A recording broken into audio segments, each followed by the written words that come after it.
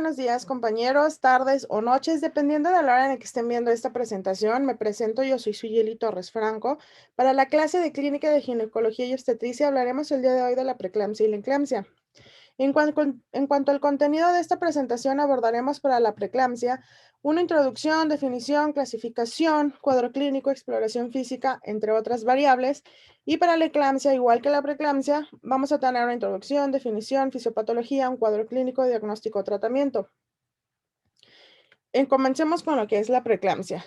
Es un síndrome idiopático heterogéneo multisistémico que se presenta en la semana 20 de gestación y se caracteriza por presentar hipertensión arterial y proteinuria, ya que esta es una de las principales patologías que causan morbilidad materna y perinatal, ya que se presenta en 50,000 muertes a nivel mundial y en países de desarrollo como México, América Latina y el Caribe. Es una de las principales causas de nacimiento pretérmino por indicación médica y cuando se asocia un desprendimiento prematuro de placenta normicenta y restricción del crecimiento intrauterino. En cuanto a la definición de esta patología, tenemos, como ya se había mencionado en la introducción, un síndrome multisistémico de severidad variable específico en el embarazo. Se va a presentar después de la semana 20 de gestación, durante el parto o en las primeras semanas después de este, así como se va a caracterizar por la reducción de la perfusión sistémica generada por vasoespasmo y activación de sistemas de coagulación. En cuanto a la clasificación en la guía de práctica clínica, la clasifican en dos, lo que viene siendo la leve, la severa. En cuanto a la leve, se va a caracterizar por presentar una presión arterial mayor o igual a 140/90 miligramos sobre mercurio en dos tomas con diferencias de 6 horas y proteinuria significativa que es mayor o igual a 300 miligramos en la orina de 24 horas. Y esta se correlaciona con la tira reactiva dando un signo positivo. Se conocen con las enfermedades médicas preexistentes, que son las de mayor riesgo. En cuanto a la severa, se va a diagnosticar con presión arterial mayor o igual de 160/110 miligramos sobre mercurio en dos tomas separadas por un intervalo de 15 minutos. En algunos de los casos, la preeclampsia no provoca síntomas. La presión arterial alta puede desarrollarse lentamente, pero suele tener una aparición repentina.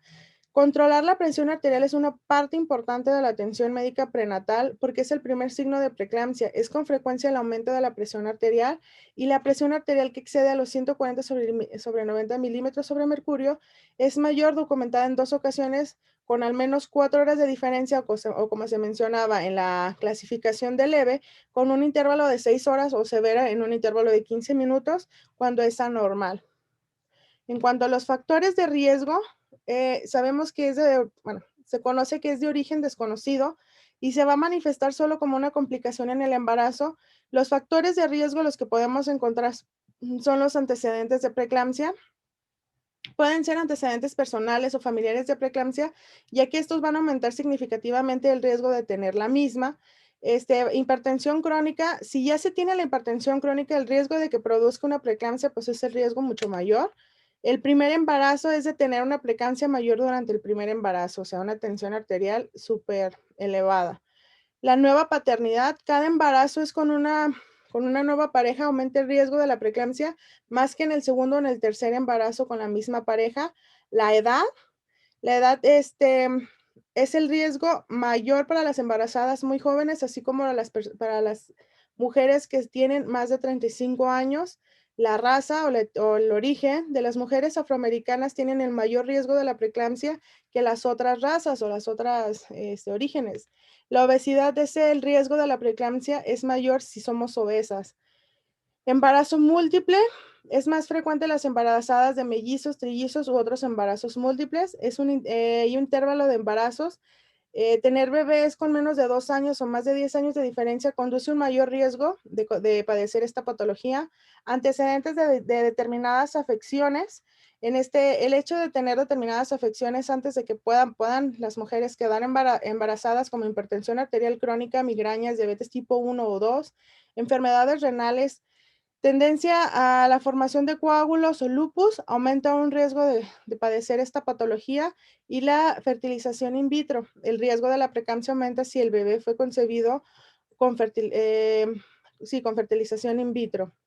Los marcadores técnicos de primer y segundo trimestre, como factor de crecimiento placentario y factor de crecimiento vascular endotelial, nos va a ayudar a distinguir este tipo de factores de riesgo. En cuanto a la fisiopatología, perdón, existen varias teorías acerca de la fisiopatología de la preeclampsia.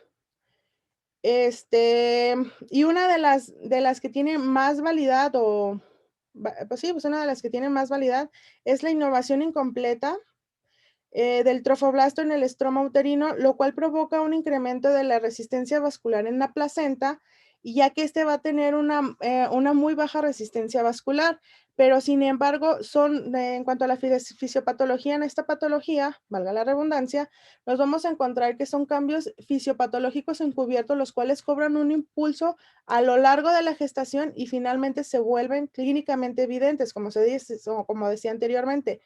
Son muy raros de presentarse, este, y se encuentran con lesiones en diversos órganos diana.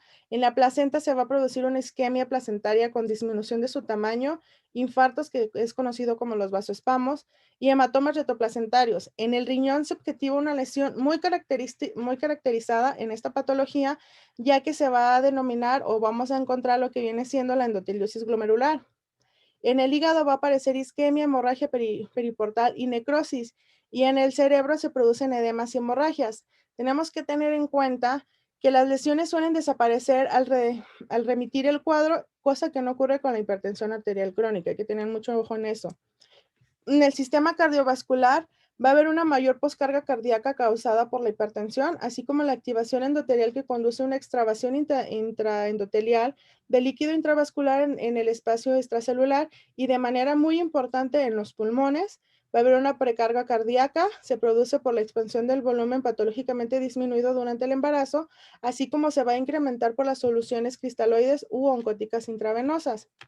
En los cambios hemodinámicos y de la función cardíaca, encontramos en el inicio clínico de un gasto cardíaco disminuido debido a la mayor parte o menor parte de una resistencia periférica, y esta se va a evaluar con la función cardíaca, ya que es considerada como una de las medidas ecocardiográficas de la función miocárdica. Y en el electrocardiograma, perdón, se me está trabando la lengua, se observa una disfunción diastólica. Con esta disfunción de los ventrículos no se relajan de manera adecuada, y sin embargo no se llenan de manera correcta, pero la remodelación ventricular como respuesta adaptativa va a poder mantener la contractilidad normal. En cuanto a la función ventricular, los niveles de troponina cardíaca van a estar elevadas, y el péptido neutreico procerebro amnioternal se eleva en la preeclampsia grave. La hidratación excesiva da como un resultado función ventricular abiertamente hiperdinámica, las presiones de cuña capilares pulmonares elevadas, y se puede desarrollar un edema pulmonar. En la hemólisis, los niveles de lactato y de deshidrogenasa en el suero y niveles reducidos de la hepatoglobulina, va a haber una disminución sustancial del contenido de ácidos grasos de la cadena larga que se encuentran en los eritrocitos. Aquí hay que tener en cuenta que los niveles séricos de la transaminasas hepáticas anormalmente elevados indican necrosis hepatocelular. En cuanto a las alteraciones endocrinas y hormonales, vamos a encontrar los niveles plasmáticos de renina, angiotensina, angiotensina 2, aldosterona, esa palabrita está un poquito medio difícil, que es la dexocicorticoesterona y péptido neutreico auricular, aumentan durante el embarazo normal, y este péptido se va a liberar durante el estiramiento de la pared auricular, lo que va a causar una expansión de volumen sanguíneo y va a responder a la contractilidad cardíaca, y se va a ver aumentado en el suero. En cuanto al riñón, vamos a encontrar una perfusión renal y filtración glomerular se reducen, ya que estos van a tener mayor resistencia arteriolar renal aferente, y que se puede elevar hasta cinco veces.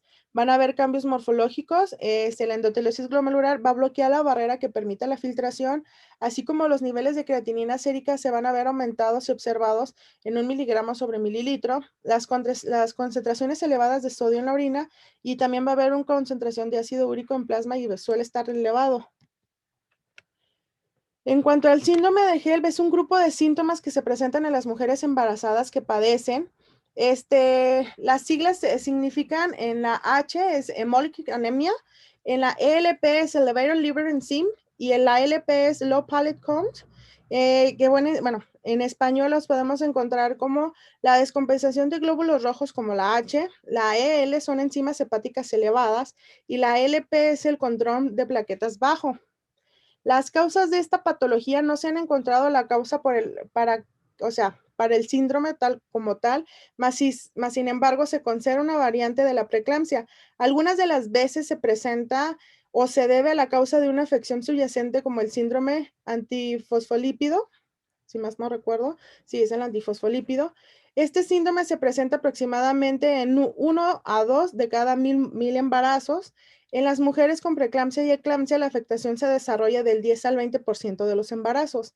También el síndrome se presenta durante el tercer trimestre del embarazo, entre la semana 20 y la 40 de edad de gestacional. Algunas veces se manifiesta en la semana posterior al nacimiento del bebé.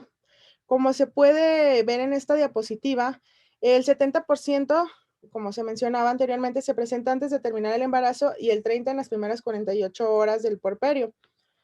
Muchas mujeres presentan presión arterial alta en este tipo de síndromes y se les diagnostica preeclampsia antes de que presenten este síndrome. En algunos de los casos, los síntomas son la primera advertencia de la preeclampsia.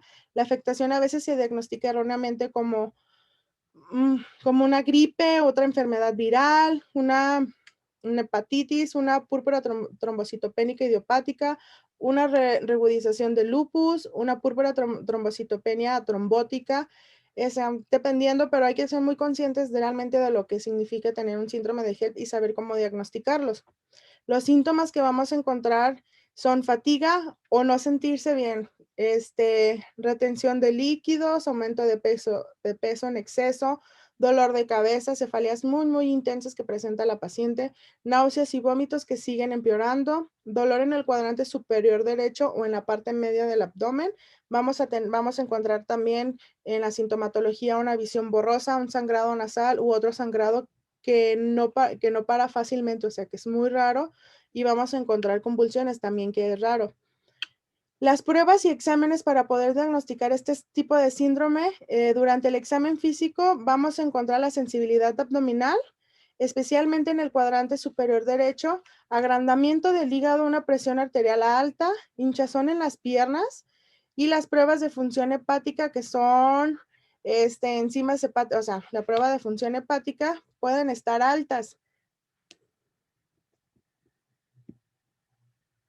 En cuanto al tratamiento, vamos a nosotros recomendar una interrupción del embarazo, tenemos que considerar las semanas de gestación, los esteroides, ya que estos van a acelerar la maduración pulmonar, incrementa la cuenta de plaquetas, betametasona y desametaxona respectivamente, una transfusión de plaquetas y una plasmaféresis después de las 72 horas. En cuanto al cuadro clínico de la preeclampsia, vamos a encontrar, como ya se venía mencionando, una presión arterial mayor de 185 o 115 miligramos sobre mercurio, o dependiendo de la clasificación que dimos, que era la leve o la severa, de 140 sobre 90 miligramos sobre mercurio, y la otra que se asemeja a la que tiene aquí. Una proteinuria mayor a 5 gramos, náuseas, vómitos, cefalea, epigastria, trastornos de la visión, hiperflexia generalizada, estupor e irritabilidad.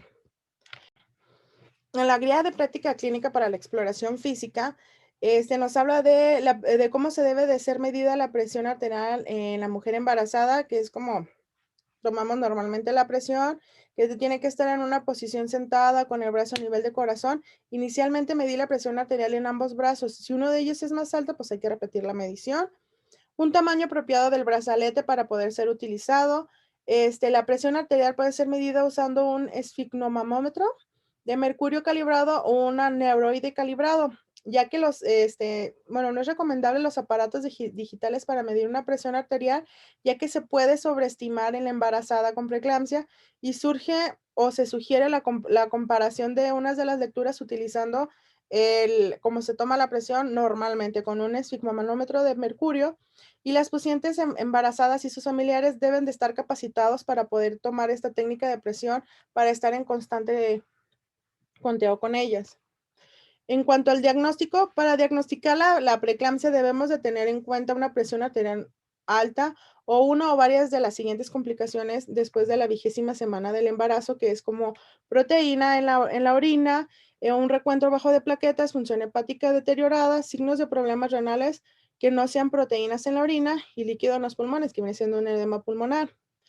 Para poder diagnosticar esta patología es muy importante tener en cuenta hacer una historia clínica completa, un seguimiento de la toma de la tensión arterial o curva ponderal, que es como venía en la guía práctica clínica, nosotros capacitar a los familiares para que estén tomando constantemente o en periodos constantes la presión arterial.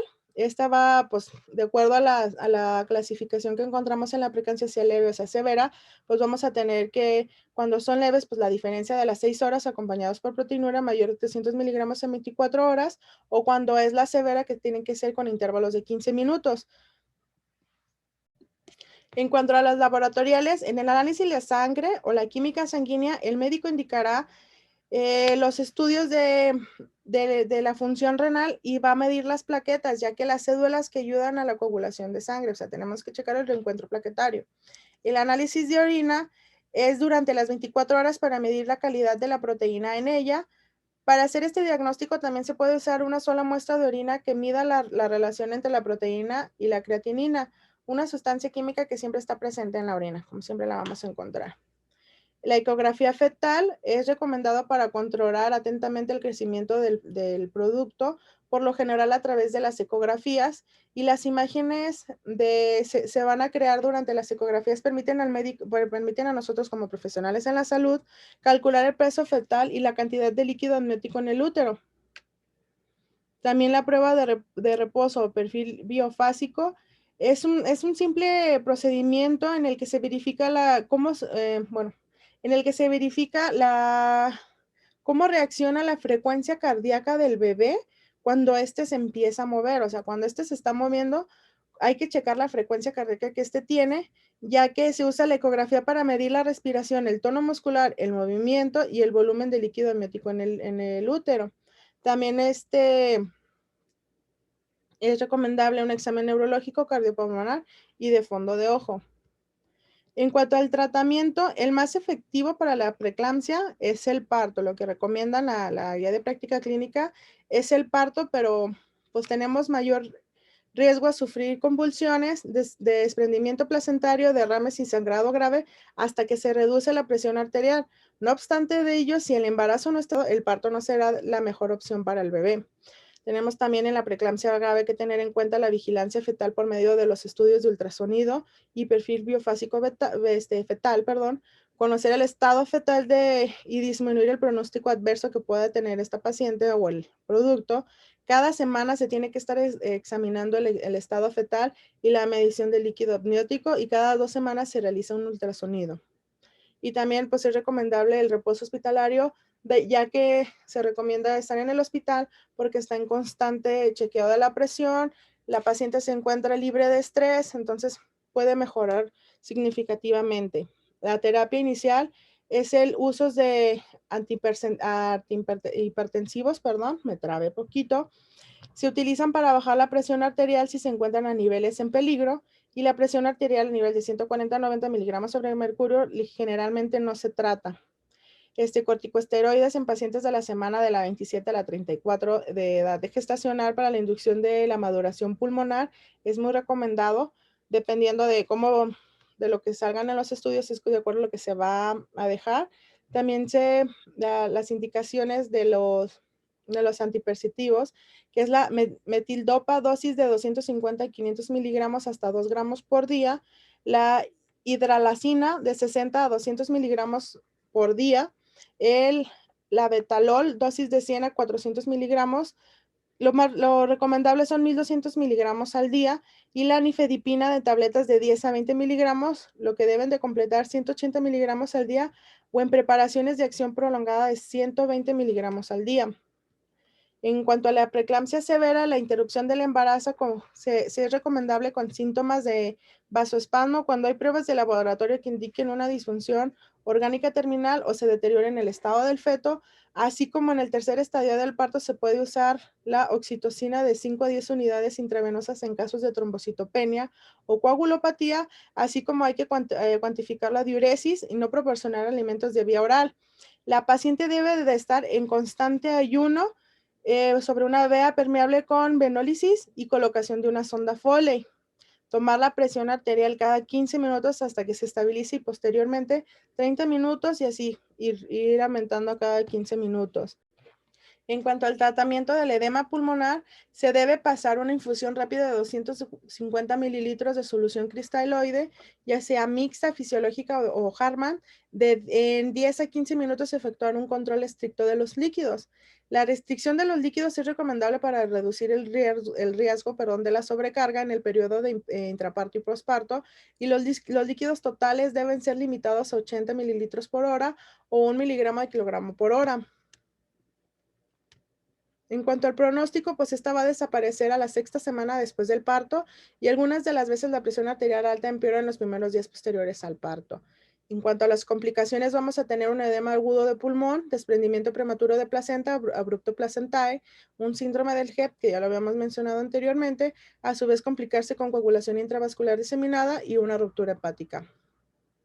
Algunas de las consecuencias a largo plazo, de acuerdo a este cuadro, la cardiovascular es la hipertensión crónica, enfermedad isquémica del corazón, arteriosclerosis, miocardopatía, entre otras. En la neurovascular es un accidente cerebrovascular, desprendimiento de retina, una retinopatía diabética. En el metabólico, pues va a presentar nuestra paciente como una consecuencia, una complicación, diabetes tipo 2, un síndrome metabólico, una dislipidemia y obesidad.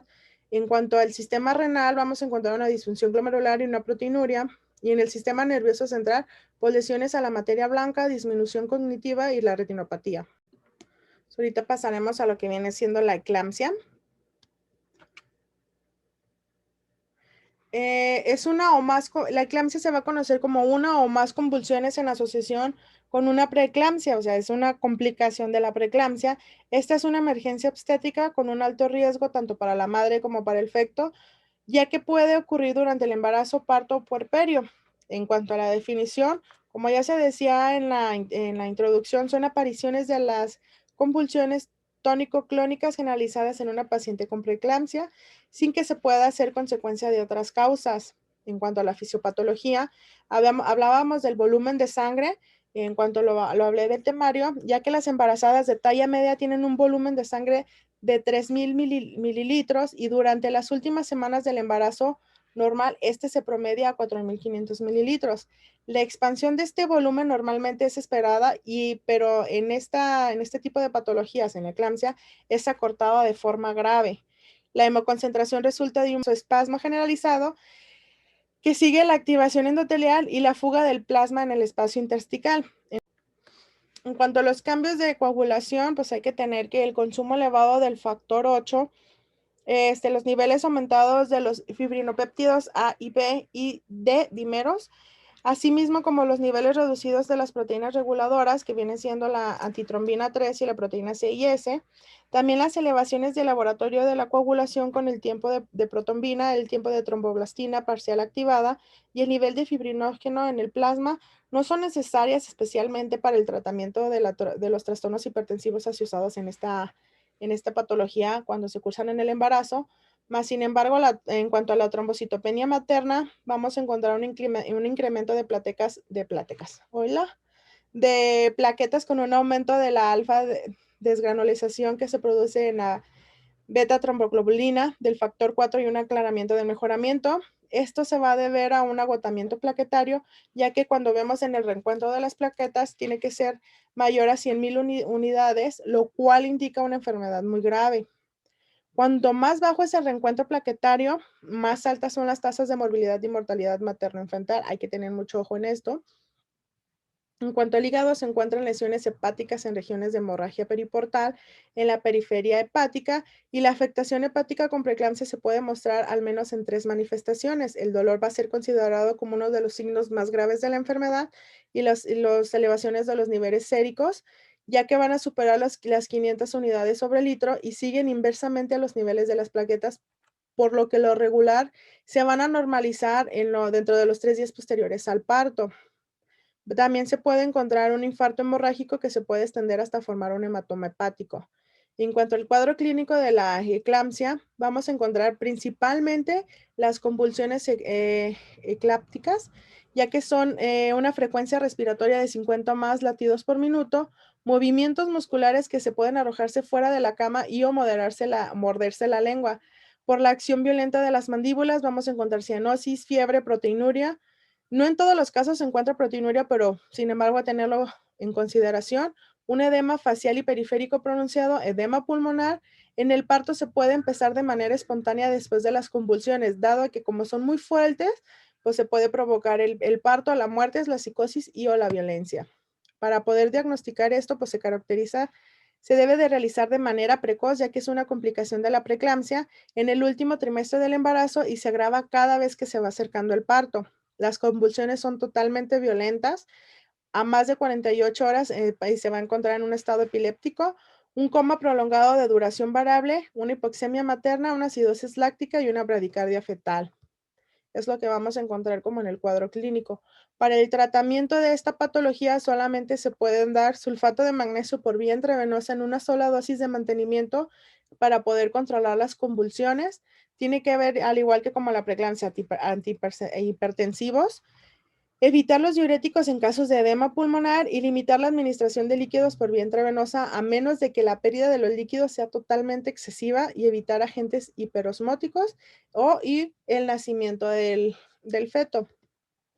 En cuanto al programa de la dosificación del sulfato de magnesio para la preeclampsia grave y la eclampsia, como veníamos diciendo, tiene que ser de infusión intravenosa continua para poder dar la continuidad, valga la redundancia, y se va a administrar una dosis de carga de 4 a 6 gramos de sulfato de magnesio diluido en 100 mililitros de líquido intravenoso administrado durante 15 a 20 minutos. Para poder dar la continuidad, hay que comenzar de 2 gramos en 100 mililitros de infusión de mantenimiento intravenoso y algunos recomiendan 1 gramo. Monitorear la toxicidad del magnesio. El sulfato de magnesio se suspende 24 horas después del parto. Las inyecciones intramusculares intermitentes, hay que administrar 4 gramos de sulfato de magnesio con una solución de a 20% por vía intravenosa a la velocidad que no exceda de 1 gramo por minuto. En cuanto al pronóstico, esta van a desaparecer de las 6 semanas después del parto y algunas de las veces la presión arterial alta empeora en los días posteriores al parto. En cuanto a las complicaciones, encontramos un edema agudo de pulmón, un desprendimiento prematuro de la placenta, que es una abrupto placentae. Vamos a encontrar también el síndrome del HEP, que es el síndrome de HELP, que a su vez puede complicarse con una coagulación intravascular diseminada y una rotura hepática. Y por último, estas serían las referencias bibliográficas que yo consulté para esta presentación.